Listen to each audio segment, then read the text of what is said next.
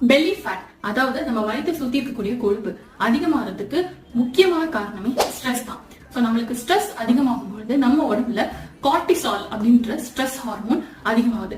இந்த கார்டிசால் என்ன பண்ணும்னா நம்ம வயிற்றை சுத்தி ஃபேட் ஸ்டோர் பண்ணி வைப்போம். ஸோ இது ஆக்சுவலி பாத்தீங்கன்னா ஒரு சர்வைவல் மெக்கானிசம்னு சொல்லலாம். அதாவது பல வருஷங்களுக்கு முன்னாடி நம்மளுடைய ஆன்செஸ்டர்ஸ் கேவ்ஸ்ல வாழ்ந்துட்டு இருந்தப்போ அவங்களுக்கு நிறைய ஆபத்துகள் அப்பப்போ வரும். ஸோ இந்த த்ரெட்ஸ் அவங்களுக்கு ஸ்ட்ரெஸ் காஸ் பண்ணும். அதனால அவங்களுக்கு ஃபேட் அப்டமன்ல ஸ்டோர் ஆகும். பட் இது எப்படி அவங்களுக்கு சர்வைவலுக்கு ஹெல்ப் ஆச்சு அப்படின்னு கேட்டீங்கன்னா ஒரு சின்ன எக்ஸாம்பிள் கொடுக்குறேன். நம்மளுக்கு இப்போ கிடைக்கிற மாதிரி அவங்களுக்கு டெய்லி எல்லாம் ஃபுட்டு கிடைக்காதுங்க. சம்டைம்ஸ் அவங்களுக்கு ஒரு மாசம் ஃபுட் இல்லாம கூட இருக்கிற மாதிரி இருக்கும். சோ அந்த மாதிரி டைம்ல அவங்க பெல்லி சுத்தி இருக்க இந்த ஃபேட் அவங்களுக்கு இந்த ஒரு மாசம் வரைக்கும் பசி தாங்குறதுக்கு எனர்ஜி கொடுக்கும்.